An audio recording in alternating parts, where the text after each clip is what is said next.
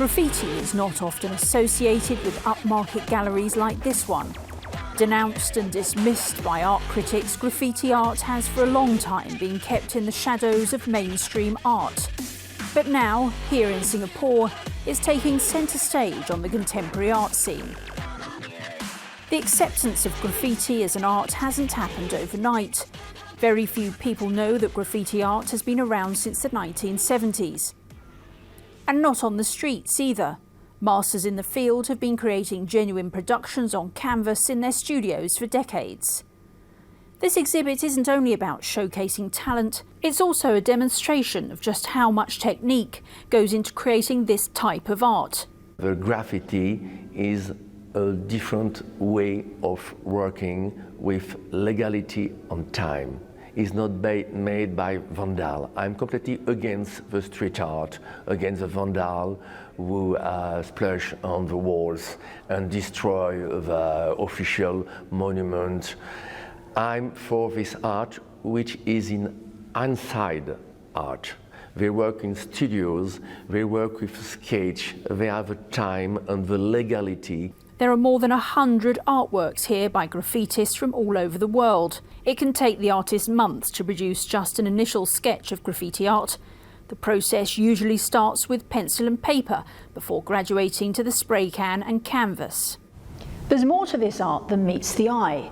Perfecting the technique behind the art can take the artist years.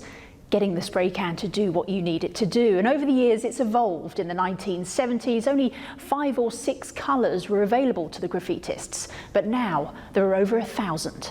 This painting is by Southeast Asian artist known as Zero, who's been practising graffiti for over a decade. I think it's really about, as a collective, as a movement, a global movement, it's about pushing the form, pushing the techniques of the spray can and what we can do with it and how we can create painterly looking works without using, traditional mediums such as oil and acrylic, or watercolors. It exists in every city, every part of the world. I think what we're trying to do is push out the craft, push out the fact that graffiti, as a movement in itself, should be seen, as something critical, something important in the context of urban environments and contemporary, urban lifestyle.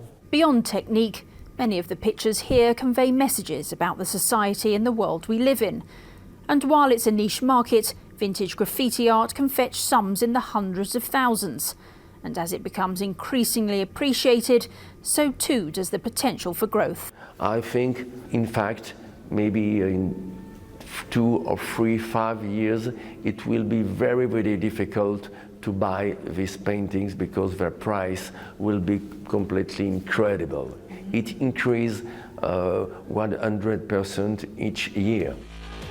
For graffiti art, this may still be the beginning of its story. And seeing these colour explosions presented in a traditional gallery setting might just be what it needs to be taken seriously. Melanie Ralph for TRT World, Singapore.